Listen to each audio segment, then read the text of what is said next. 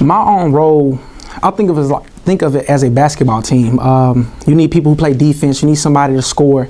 And I really think on the city council seat, we need somebody for the young people. We need somebody that the young people can look up to, because a lot of people in our city, they don't vote. They don't look at politics in a way that can be admiring or changeable. And I want to bring that to the seat. I want to change lives and impact others.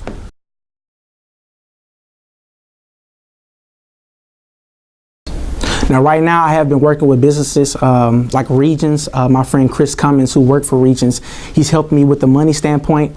But being honest, I don't have any experience with operating that amount of money. But this is what I say.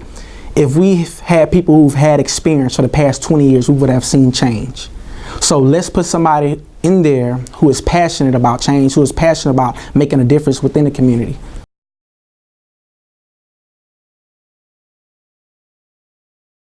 Yes, ma'am. That is a big need for our communities, because if you think about it, right now within each community, those are self-owned businesses. So right now they're saying our city is not treating us fairly. We're not doing the right things for the people, the constituents. So that's what we need to focus on. So when I get in office, I want to be able to get on the seat and work with my team and find out different ways and different avenues to help our constituents, and also get feedback for them. What they want is what they need.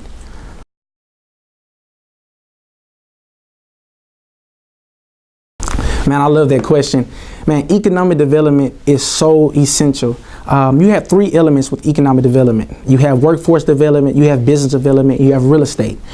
Those three categories can be so impactful, because not only in my district, it's impactful in other districts, in District E, District A, District B, District C. And that's why you don't see a lot of people grow within the communities, because economic development is very low.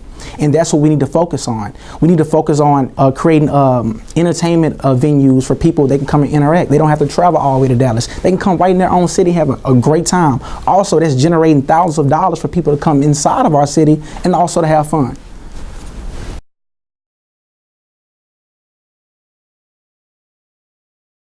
Yes, ma'am. I'm glad you brought up nonprofits, because I work for one.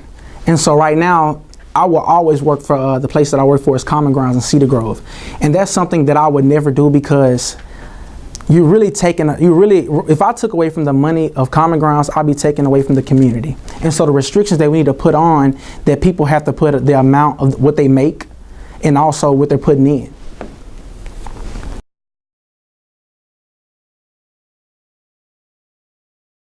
Yes, sir, absolutely. So when I was in high school, I decided to run for city council, and I saw city council as the Congress, and you can think of the mayor as the president. So as the Congress, you could say the city council, that's what it is. And we have to have the whole layout.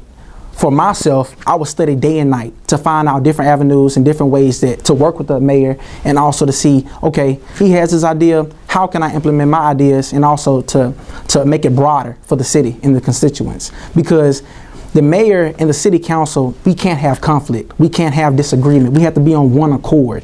So with me, like I said, I have to study day and night, have to put my passion into it, because this is not a joke. This is not a game. This is something that everybody is dependent on us. We're like the Marvel characters in movies. We're the superheroes. So we have to be the ones on the front lines and fighting for the constituents of Shreveport, Louisiana.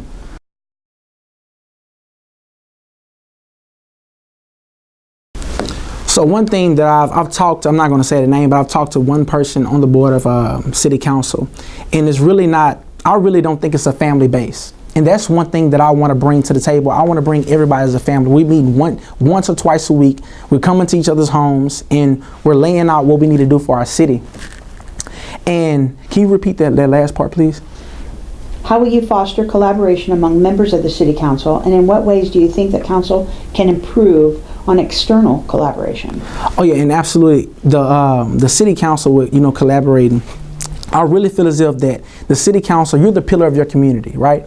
So everybody looks up to you. Everybody's saying, okay, we're depending on you. So the collaboration, we have to also motivate each other. We have to be motivational to each other, because we're all going to fail, and that has happened so many times since I was in elementary till I've graduated college. People do not have a family base, and politics have to have a family base. We can't be, like I said, we can't be in disagreement. We can't go clashing and being, arrogant in different ways like that. We have to be a family base, like I just said.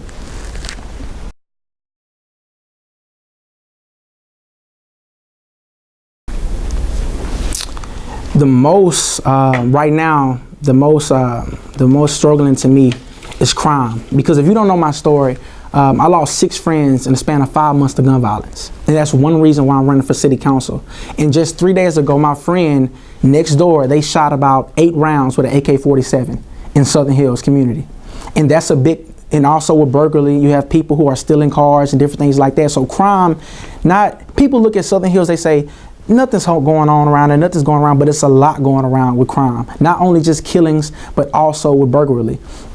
And that's one thing I want to emphasize on, because I want to come inside the community and I want to knock on doors. I want to say, can you come help me? Can you walk these streets with me, and can we make our community a better place? And not only do I want to do that in one community, I want to do that in all, because I'm from Queensboro. And I don't want to, if I have the key, why not go back and save my community? So that's what I want to do. I want to go to each and every community, because as city council, we just don't worry about one district. We worry about each and every district, because everybody needs to be involved.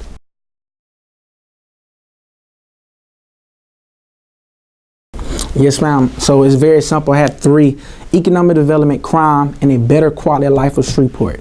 The reason why I say a better quality of life, because most of my friends, they went off to college, and the one thing they say is they're not coming back.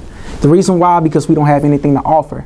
So the quality of life of Shreveport has to be something that is very impactful, to the point where when they get their degree, they're like, I'm coming back to my city. I'm coming back to be impactful. Crime. Like I said, I lost 6 friends to gun violence, and it breaks my heart each and every day, knowing that I can't go back and save my friends, knowing that I can't go back and, speak life into them, because I have to go to their burial. And that's something that tears me apart. And economic development, like I said, that is for the constituents, because we have self-owned businesses within the city of Shreveport, and we need to focus on them. And also, with me, I want to be more of a pillar of my community. I want people, most people don't even know who their city councilman is. I asked this one person, I said, in my district, I said, do you know who the city councilman is? They said, Ollie Tyler. I said, really? That's our mayor. So I really feel as if the city council, we have to be more broad. We have to make ourselves more, have a better appearance. We have to go inside the community and show them who we are, and so that we can interact with any issues that you have. Right there, I come with 2, investing more in our youth, and also, like I said, being a pillar of your community, because also investing into our youth that's right there is the most important thing, because if we're not investing in them, we're going to lose in the next 20 years. Those are the kids who are going to be staying here. Those are the kids who are going to be next politicians. Those are the kids who are going to be the next doctors. So if we're focused on it now, that's putting nothing but fog on our mirror. We need to clear it and focus on them.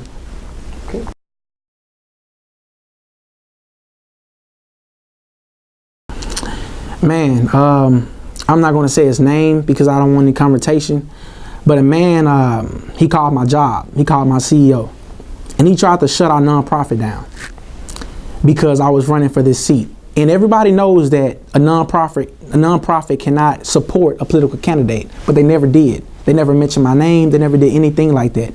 But only thing he wanted to do was to put, like I said, put fog on my mirror, put a backlash on my name. And I thought that was so bad, because in Common Grounds, we are the pillar of our community. We are what kids need. They come to us, we get kids off the street, we keep them to 9 o'clock at night. So we try to prevent any negativity coming from their lives. So if somebody wants to come in and backlash my name because I'm running for a political seat to impact my community, impact my city, that's wrong. So what I did was, I took it like a man. I didn't tell anybody. This is my first time even mentioning it. I took it like a man, and I went on about my business, and I kept on knocking on doors, because if I let something like that kind of barrier knock me down, I'm going to fail in life regardless. And my parents taught me more morals than that. They taught me how to be a man, and nothing can knock me down.